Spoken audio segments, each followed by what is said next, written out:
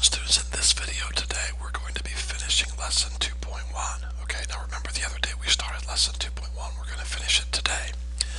We will be doing this by studying how to find the odds of an event happening. Okay, now listen, the other day we studied probability. Okay, well, probability and odds go hand in hand. Okay, probability and odds go hand in hand, but they are different. So please pay close attention and take great notes today so that you're not confused.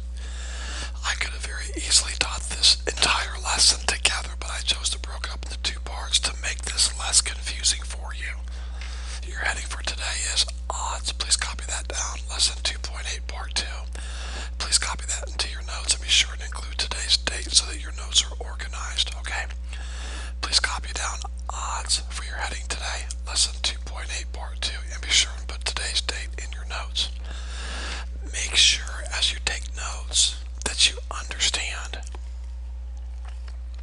the difference between finding the probability of an event happening and finding the odds of an event happening. Okay, there is a difference. So make sure you understand that difference. Now, just like when I taught you how to find the probability of an event happening, that there's a formula for that, well, there's also a formula for finding the odds of an event. Should be a T right there. An event happening, okay? So there's a formula for probability, and there's a formula for odds, okay? Here's that formula. Please copy this in your notes.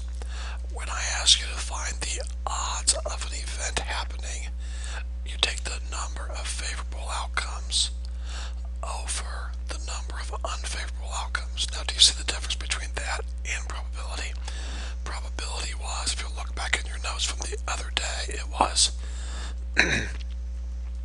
number of favorable outcomes over the total number of outcomes. So the top, the numerators stay the same. Whether you're dealing with probability or odds, the numerator stays the same. Okay?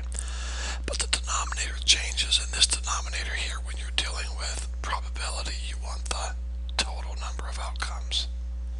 When you're dealing with odds, you want the number of unfavorable outcomes. And I will get to what that means in just a second, okay? In fact, today's video will not be that long. We're only going to look at two examples, okay? However, it is very important that you understand these two examples very well. So please pay close attention. Here's the first problem. Please copy this in your notes. You randomly choose an integer from 0 through 9, okay? An integer means a whole number. No fractions, no decimals. Excuse me. So you randomly choose an integer from 0 through 9. What are the odds that the integer is 4 or more? What are the odds?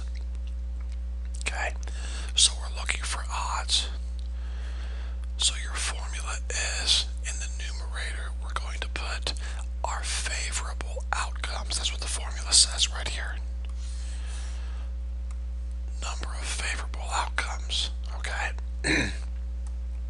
So, I have 0, 1, 2, 3, 4, 5, 6, 7, 8, and 9.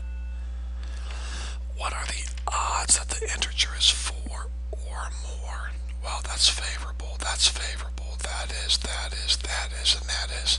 So I have 6 favorable outcomes. Now what goes, if you were finding probability, if you're trying to find the probability, your total outcomes would go down here, and your total outcomes is 10. 1, 2, 3, 4, 5, 6, 7, 8, 9, 10. But we're not dealing with probability, we're dealing with odds. And the formula says for odds, number of unfavorable outcomes. So how many unfavorable outcomes do I have? 1, 2, 3, 4. Now, a couple things about odds, okay? First of all, they should be reduced, okay? 3 over 2. Secondly, are you listening? Secondly, I I told you guys the other day that probability is usually given as a decimal. Okay? Well, odds is given as a ratio. So you could leave it like this. The odds would be 3/2. But usually you write it like this. You would say the odds are 3/2, or you can put a colon, 3/2. And that's how you write your answer for odds. Okay? So 3/2, after you reduce this, the odds are 3/2 that the integer will be 4 or more. 3/2. That means for every 3 you can pick from that are favorable, 2 are going to be unfavorable. Okay? For every 3 that are favorable, there are 2 that are unfavorable. So the odds are 3/2. Okay? Now, do you see the difference between odds and probability? Probability has your total outcomes in the denominator, and you write your answer as a decimal. Odds, you put your unfavorable outcomes in the denominator, and you write your answer like this or like this, and make sure it's reduced. Now let's try one more, okay? One more. It's a lot more difficult, and we're finished. The probability that a randomly chosen household cat is 0.27. So I'm giving you the probability. Let me go back a couple pages. I want to point something out to you. Sorry guys, I forgot to mention this. Back up here when we wrote our original odds fraction, and we had 6/4 before we reduced it. What's 6 plus 4? 10. How many total outcomes did I have? 10. Your odds fraction right here is always going to add up to your total amount of outcomes. Always, okay? Because these are your favorable, these are your unfavorable, so they're going to add up to your total, okay? Alright, now moving on.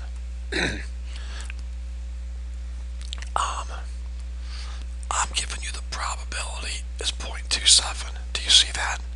I'm telling you the probability is 0.27, and I want you to find the odds. Now that's weird. I've never done that before, okay, with you guys. So I'm giving you probability. I'm asking you to convert probability to odds. Let's do this really slowly, okay? First of all, my probability is what? 0.27. Got it? Which is the same thing as what? 27 over what? 100. Which means 27 was my what? Favorable outcomes, and 100 was my total outcomes. Remember the formula for probability: favorable outcomes over total outcomes. Okay? Let's start over. My probability is 0.27, which equals 27 over 100. So if this is my fraction for my probability, then 27 is my favorable, and 100 is my total. Okay? Now let's go ahead and find the odds like we're supposed to. How do you find the odds? Favorable outcomes over unfavorable outcomes, okay? So, favorable outcomes go up top. I have that number right here. How many favorable outcomes did I have? 27. Now the question is, how many unfavorable outcomes did I have? That's the question, okay? Well, think about that.